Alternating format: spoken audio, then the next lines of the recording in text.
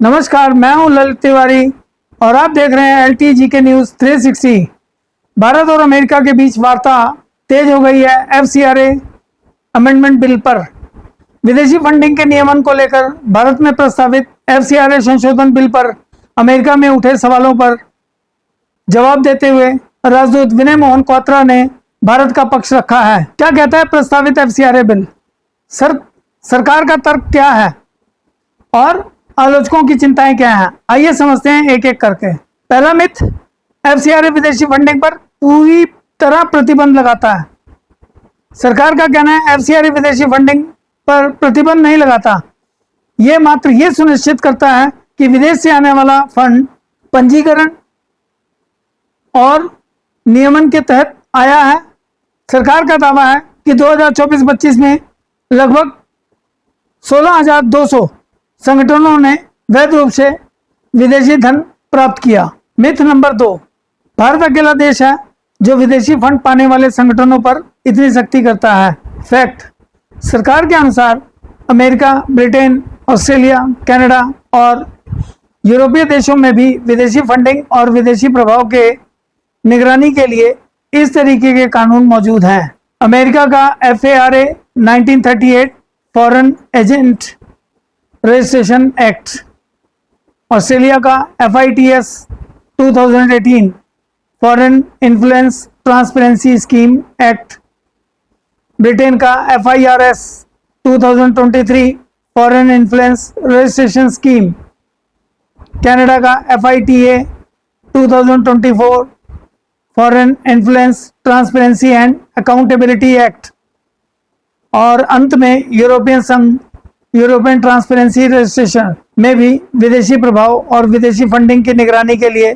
समान कानून और व्यवस्थाएं मौजूद हैं।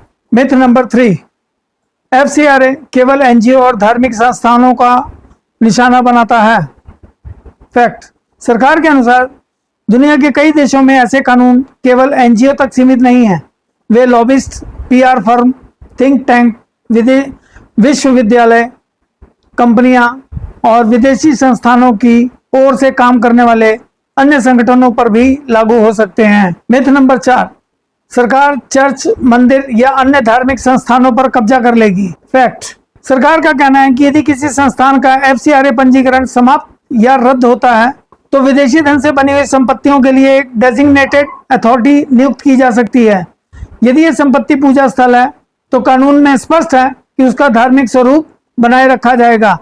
सरकार का मुख्य उद्देश्य इसका धार्मिक स्थलों का अधिग्रहण करना नहीं, बल्कि विदेशी फंड से बनी हुई संपत्तियों का कानूनी प्रबंधन है।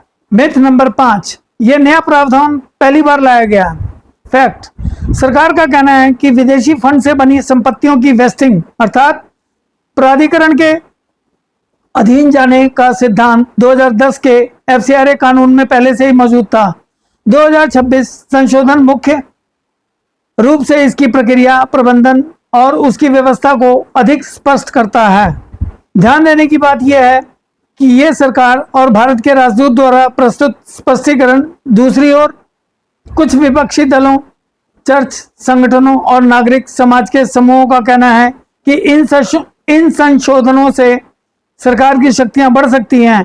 इससे कुछ संस्थानों पर व्यवहारिक प्रभाव पड़ सकता है, इसलिए इस मुद्दे पर अलग अलग पक्ष मौजूद हैं। इन संशोधनों पर सभी लोग अलग अलग राय रखते हैं और उनका कहना है कि इससे सरकार की शक्तियां बढ़ सकती हैं। इसलिए इस विषय को समझते समय दोनों का पक्ष जानना जरूरी है। अगर आपको यह जानकारी उपयोगी लगी हो तो वीडियो को शेयर करें, लाइक करें तथा तथ्य आधारित विश्लेषण के लिए आप जुड़े रहिए। धन्यवाद।